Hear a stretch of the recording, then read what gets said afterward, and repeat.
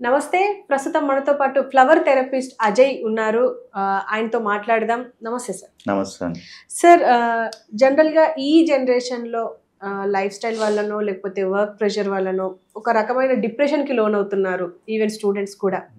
So ఈ డిప్రెషన్‌కి మీ దగ్గర ఎలాంటి ట్రీట్మెంట్ ఉంది సార్? అంటే ఈ ఫ్లవర్ థెరపీలో? సో బేసికల్‌గా లైక్ ఎనీ డిసీజ్ మనం ఫ్లవర్ థెరపీలోనే ఏంటంటే we always look for the root cause of the problem. Depression వచ్చిన వాళ్ళు ఎవరు, ఎందుకు వచ్చింది, వచ్చిన తర్వాత అక్కడి నుంచి వాళ్ళు ఏ స్టేజ్లో ఉన్నారు బయటికి తీసుకురావడం వల్ల ఇవన్నీ కన్సిడర్ చేసుకోవాలి. మన గ్రాండ్ పేరెంట్స్ ఆ ముందు జనరేషన్స్తోనూ ప్రీ ఇండిపెండెన్స్ ఇండియాతో కంపేర్ చేసుకుంటే మనకి ఇప్పుడు ఒక 1000 రెట్లు సంతోషంగా ఉన్నాం. అప్పుడు ఫ్యామైన్ వస్తే తిండి దొరికేది కాదు, పిల్లల్ని పోషించలేక అలా వదిలేసి వెళ్ళిపోయారు. ఇంకా అంతకన్నా హార్ట్ బ్రేకింగ్ ఏముంటుంది, అంతకన్నా కష్టం ఏముంటుంది మనిషికి. తిండి దొరక్క బురద నీళ్ళు తాగేవాళ్ళు ఆకలి చంపుకోవడానికి. సో అది ఆలోచించుకుంటే ఇప్పుడు జనాల్లో డిప్రెషన్ రావడానికి కారణం ఏంటి అంటే జనరల్‌గా ఆలోచిస్తే అలా అంటే ఒక లాజికల్ పాయింట్ ఆఫ్ వ్యూతో. But there are advocates for physio ఇది సైకోథెరపీ కానీ వీటన్నిటికీ who say that depression is a real problem, మీరు అలా తీసి పడేయకూడదు.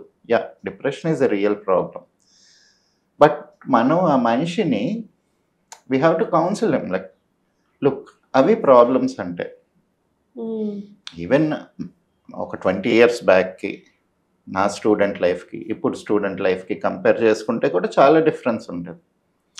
అప్పుడు ఏంటి ఇష్టం ఉన్నా లేకపోయినా ఇంజనీరింగ్ మెడిసిన్ అది ఇది అని చెప్పి హాస్టల్స్లో పెడితే ఒక 2-3 సూసైడ్ అటెంప్ట్ చేశారు. మా బ్యాచ్లోనే ఐఐటి సీట్ వచ్చిన తర్వాత అక్కడికి వెళ్ళి ఎందుకో మళ్ళీ డిప్రెషన్లో సూసైడ్ చేసుకున్నారు. సో ఇలాగా ఒక డ్రాస్టిక్ మెజర్ తీసుకుంటుంటారు. సో వాళ్ళకి ఏంటంటే మెడిసిన్తో పాటు కౌన్సిలింగ్ కూడా అవసరం. Look at the problem. కొంతమందికి ఏంటి ఈ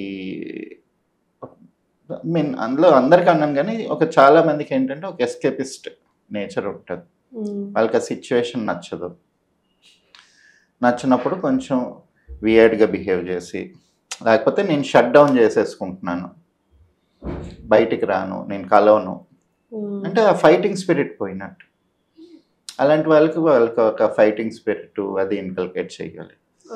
కొంతమంది ఏంటి పక్కన వాళ్ళ మీద డిపెండ్ అయిపోవచ్చు, ఒక లెథార్జీ ఉంటుంది. ప్లేయర్స్ ఉంటారు కొంతమంది, వాళ్ళ పేరెంట్స్ ఇంకా గారం చేసి అయ్యో మా వాడికి ఇలాగ అయిపోయింది అయ్యో అంటుంటే కొద్దీ they keep enjoying that. Right, అదొక ప్రాబ్లం ఉంటుంది. కొంతమందికి ఏంటంటే ఈ హార్మోనల్ యాక్టివిటీ వల్ల, especially after pregnancy, post natal depression అంటాం. పిల్లలు పుట్టిన తర్వాత హార్మోనల్ యాక్టివిటీ సెట్ అవ్వలేక డిప్రెషన్కి లోన్ అవుతుంటారు. ఇలాగే డిఫరెంట్ కండిషన్స్ ఉంటాయి. కొంతమంది నిజంగానే వాళ్ళకి అర్థం కాదు ఎందుకు డిప్రెషన్ వస్తుందో కానీ, but ultimately it's something you decide to get out of this world. నాకు ఈ సొసైటీతో నేను ఫేస్ చేయలేకపోతున్నాను, నా టాస్క్ ఏదుందో నేను కంప్లీట్ చేయలేకపోతున్నాను.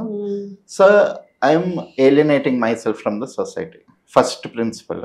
Second principle, I don't want to live in this world, life end చేసుకుందాం. ఇదే వాళ్ళ ఆలోచనలు ఉంటాయి. సో వీళ్ళకి మెడిసిన్ అలాగే ఎంత ఇంపార్టెంట్, కౌన్సిలింగ్ కూడా అంతే ఇంపార్టెంట్. బట్ అన్ఫార్చునేట్లీ ఇప్పుడు మనం డిప్రెషన్ని క్వాంటిఫై చేయలేం కాబట్టి ఎలా డోస్ ఇవ్వాలి ఏంటి అనేది ఎవరికి తెలియదు. ఎందుకంటే ఇప్పుడు నొప్పిని కూడా ఒక స్కేల్ ఉంటుంది. ఎంత నొప్పి ఉంటే 1 points, ఈ చెయ్యి ఇరిగితే ఒక 20 points.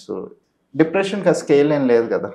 సో డిప్రెషన్కి ఆ స్కేల్ అంటూ ఏం లేదు. సో అది ఒక ఎదుటి మనిషి చెప్తేనే మనకు తెలుస్తుంది.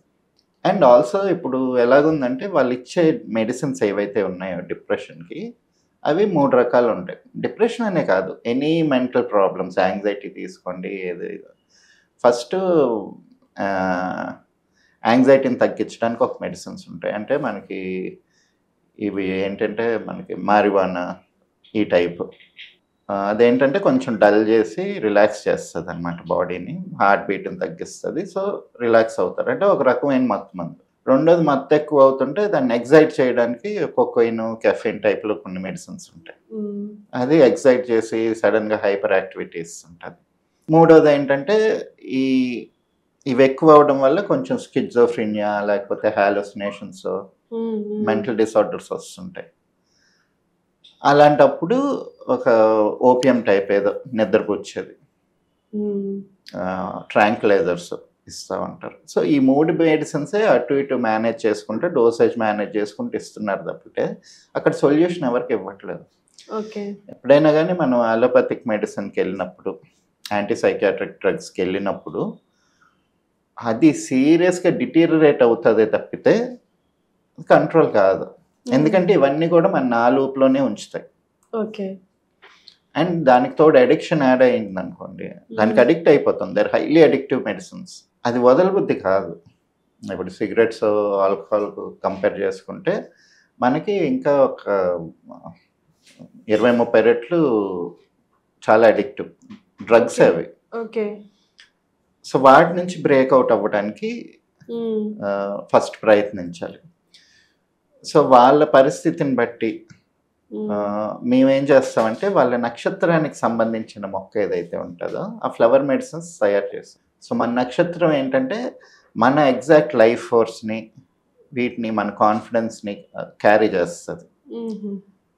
ఆ దేవుడికి సంబంధించిన వృక్షం, ప్రతి నక్షత్రానికి ఒక దేవుడు ఉంటాడు, దానికి సంబంధించిన వృక్షం ఉంటుంది. That carries the positive energy for us. Okay. So అదేంటంటే it will bring you out of your stupor. నా వల్ల కాదు అనుకున్న వాళ్ళకి కూడా ఇట్ విల్ షో అవే. బయటకు వచ్చి సొసైటీలో ఎలా బతకాలి ఏంటనేది ఒక కాన్ఫిడెన్స్ ఇస్తుంది. ఆ కాన్ఫిడెన్స్ వాళ్ళని క్యారీ ఫార్వర్డ్ చేస్తుంది. దాంతోపాటు ఇంకా కొంచెం సైకలాజికల్ ఇష్యూస్ ఏమైనా ఉంటే వాటికి కూడా మెడిసిన్స్ ఇస్తాము. దీంతో మనం డిప్రెషన్ని తగ్గించుకోవచ్చు. Okay sir. Thank you very much sir.